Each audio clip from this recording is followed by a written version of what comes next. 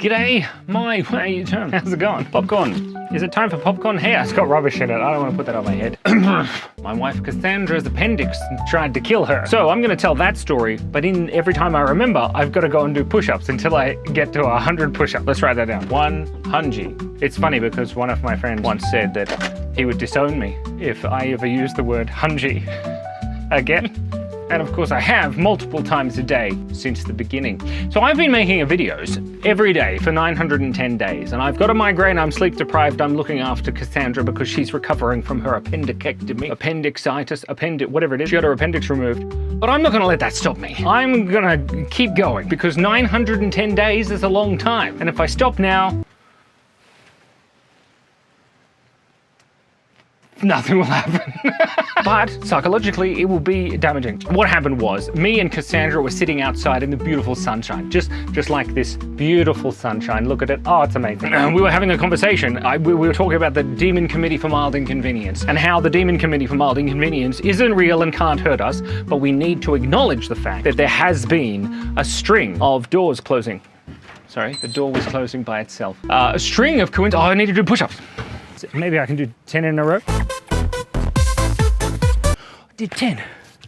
Oh dear. I think it was the next day or that evening. She was sitting on the lounge and she threw a leg over the edge of the lounge and she pulled her muscle in her top thigh and it was sore in her groin.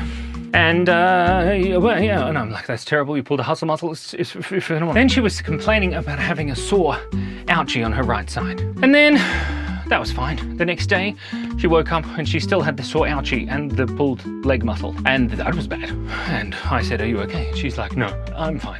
And then after the two Dougles make a positive Dougal. What were we doing? That's right. Then we went to some running thing, like a marathon. We didn't do the marathon. We were just there to support our friends. And that was fun. But then she started getting worse, got pain in the tummy, ow. So she went to have a nap while I went to the shops and bought some supplies. And I came home and said, supplies! And Kaz is like, that's racist. And I have a pain in the tummy. And I need to do push-ups. Look at this beautiful sunshine.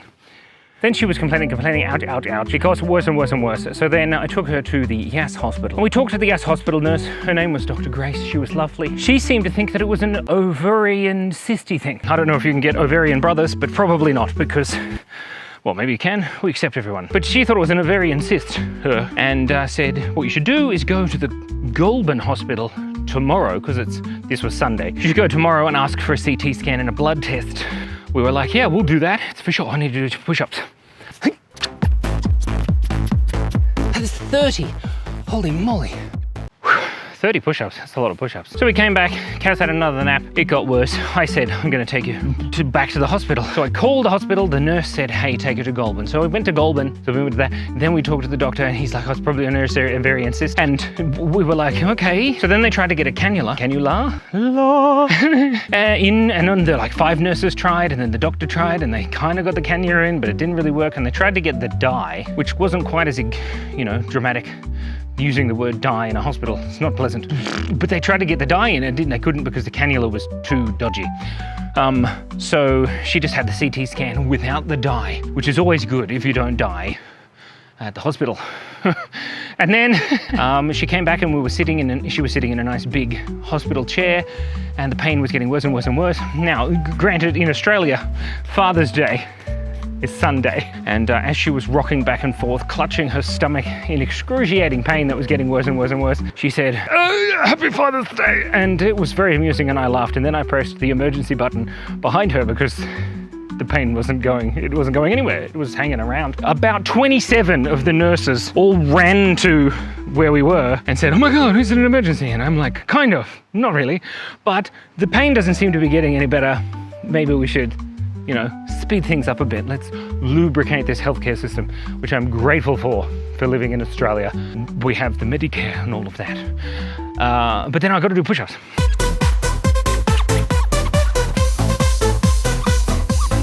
Crap, really halfway. Then the doctor went away. We'll get the painkillers for you. Not for me, although that would have been nice. And then he came back and he's like, so we've had a look at your CT scan. The report hasn't come back from the CT scan reporter people, but we can clearly see that you have a little bit of appendicitis. And Cass is rocking back and forth going, ah, it hurts a lot. So then within 30 seconds, they're giving her morphine. She's getting prepped for surgeries. They were very worried that it was exploded or whatever, but she went in for the surgery. It went well. I talked to the surgeon lady at about 2 in the morning. She said, you need to get some sleep. And I said, touche, my good friend. We weren't friends. She was scary. She chops people up for a living, if you think about it like that. Then she said that the appendix was fine. No, it wasn't fine. It was very swollen and it was about to burst, and any couple of hours later it could have been quite dramatic. But they had to chop it up to get it out, and that wasn't fun, she said. But they cleaned it all up and everything, and now we've just got to monitor for infection. Oh, gotta do push-ups. 51. 60 push-ups is hard. This is a bad angle. When she was recovering in the hospital, and I was very sleep deprived, one of the nurses was very cheerful, but she was a little flippant. Ew.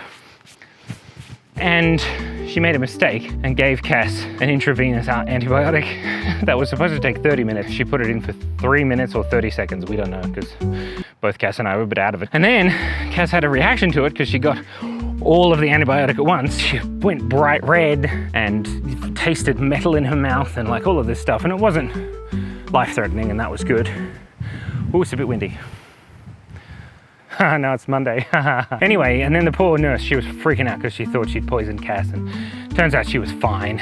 But then it took a little longer, then she had to stay a bit longer in the hospital because of the reaction she had to the antibiotics. And now, we've been at home and I've been Nurse Simon, and I'm not allowed to have a mental breakdown. Seeing your soulmate in pain, struggling, is very traumatizing, and I don't recommend it. It's not a fun hobby. Unless you're like that surgeon who chops people up for a living. She gets paid a lot of money for that. She was actually quite friendly, but like friendly in that kind of stare straight into the back of your head from the front kind of way. I'll go do push-ups. 61. Cassandra has been getting better slowly every day. We've been measuring her temperature every day, and it's been a slightly high, but not enough to be a fever. And I called the nurse helpline. If you have one of those in your country, whew, very useful. You call them up and you spend 45 minutes telling them your name and all of the numbers so they can fill out the form. And then you tell them the symptoms and stuff, but that helps. And that brings us to today, where I've just done 70 push-ups, and there's 30 to go. We'll see if we can do that. I'm not allowed to have a mental breakdown. Okay, go on. That's 80. You know what I could do? I could just do like 2 push-ups and say 99, 100. Then I wouldn't have to do the 18 other push-ups. 99, 100. Oh. So, go hug your loved ones. Thank you so much for breathing. And I'm hoping your appendix is being nice to you. And remember, be kind, be curious, and enjoy the sunshine or the cloudiness. Just enjoy watching your loved ones breathe. And stay awesome.